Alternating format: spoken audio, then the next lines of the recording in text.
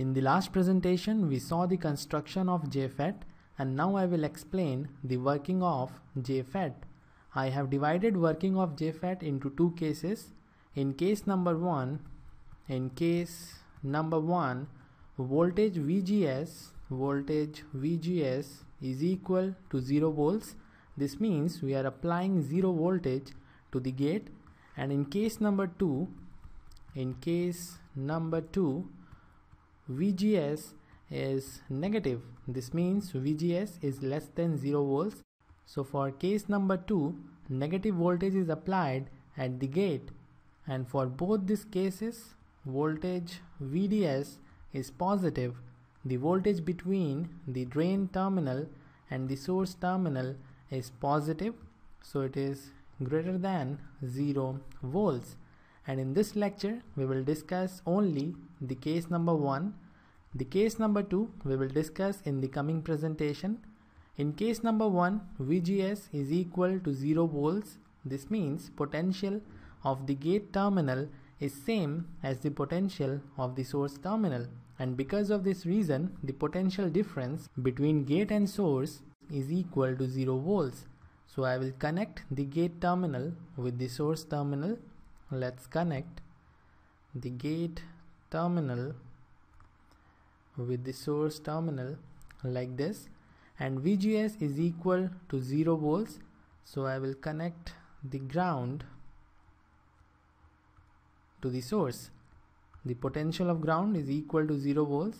So VGS is now equal to 0 volts, positive, negative. VDS is greater than 0.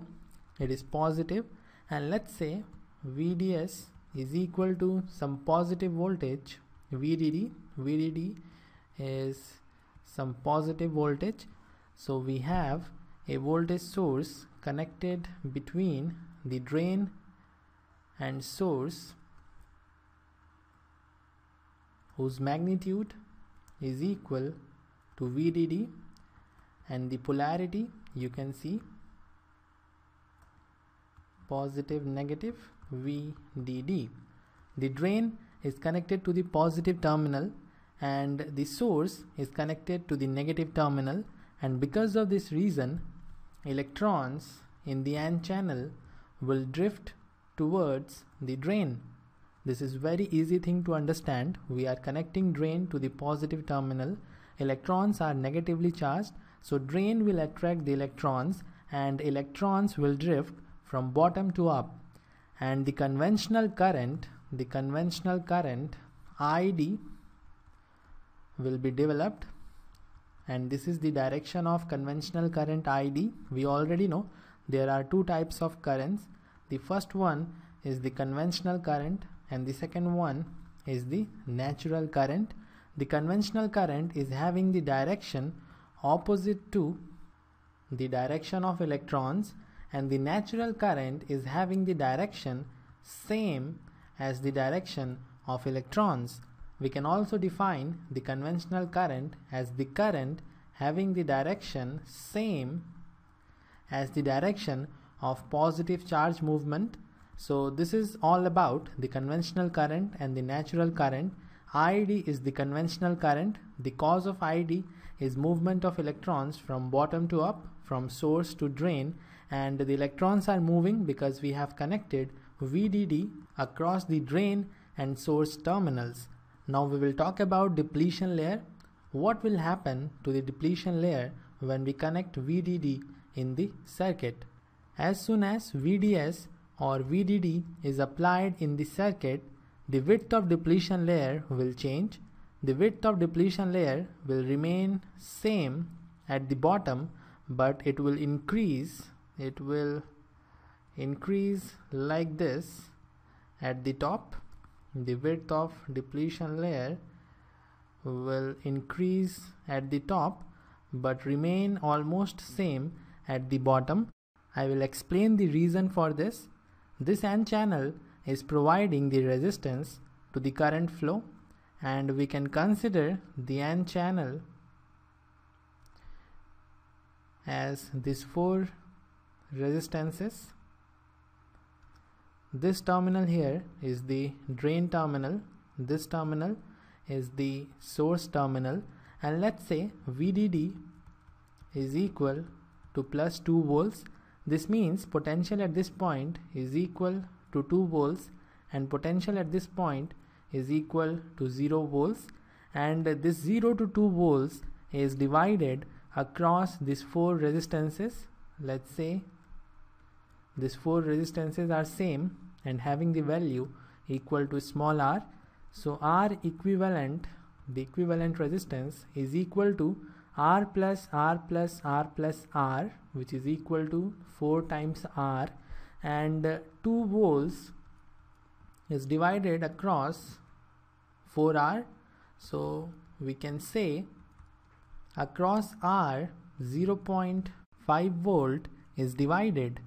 So when we move from top to bottom, then at this point the potential is equal to 1.5 volts, because 0.5 volts is the drop across this resistance. So 0.5 subtracted from 2 volts will give us 1.5 volts. In the same way, at this point the voltage is equal to 1 volts, at this point 0.5 volts, and at this point it is equal to 0 volts. So you can see how voltage is divided across the N channel.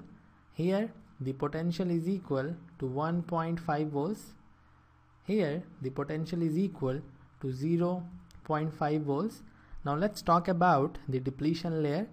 Potential at this terminal is equal to 0 volts. Potential here is equal to 1.5 volts. So depletion layer will increase, the width of depletion layer will increase, because the positive voltage 1.5 volt is applied to the N-type material, and 0 volt, which is less than 1.5 volt, is applied to the P-type material. So the PN junction is definitely reverse biased, and when we increase the reverse bias potential, the width of depletion layer increases. Now if we see this 0 volt and 1.5 volt, definitely the reverse bias potential is lesser as compared to 0 volts and 1.5 volts. So the width of depletion layer will increase, but not that much. So this was the reason because of which width of depletion layer is more at the top as compared to the bottom. Now I will move to the next part of this lecture, in which we will talk about symbol. We will talk about symbol of JFET. I forgot to explain this topic in the last lecture, so I am covering it here. The symbol of JFET is very easy. We first make one thick vertical line, and to this line on the right side we have the drain. This is D representing the drain, and then we have the source S.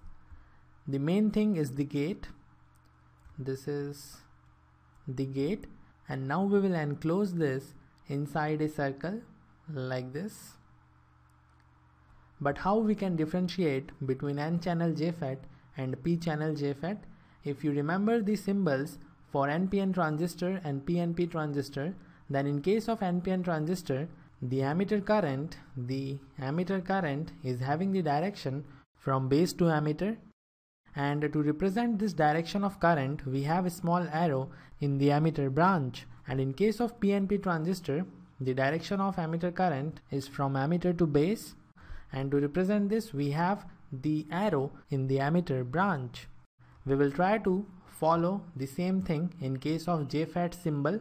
In case of JFET symbol, we represent the direction of gate current. This direction here is the direction of current ID, but we represent the direction of gate current. In case of N-channel JFET, the direction of gate current is like this.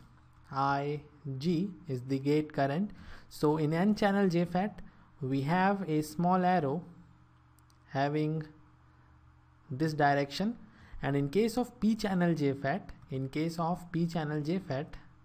the gate current is having this direction. So we have arrow like this. So this is how we differentiate between N channel JFET and P channel JFET. Now we will talk about gate current. In this case, this is the direction of gate current IG and it is equal to 0 amps.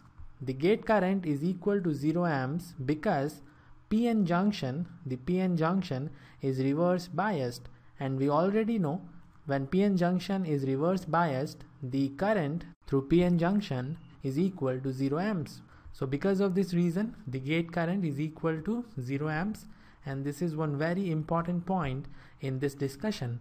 So this is all for this lecture. In the next lecture, I will explain pinch off voltage. I will explain pinch off voltage, which is very important topic. So this is all. See you in the next one.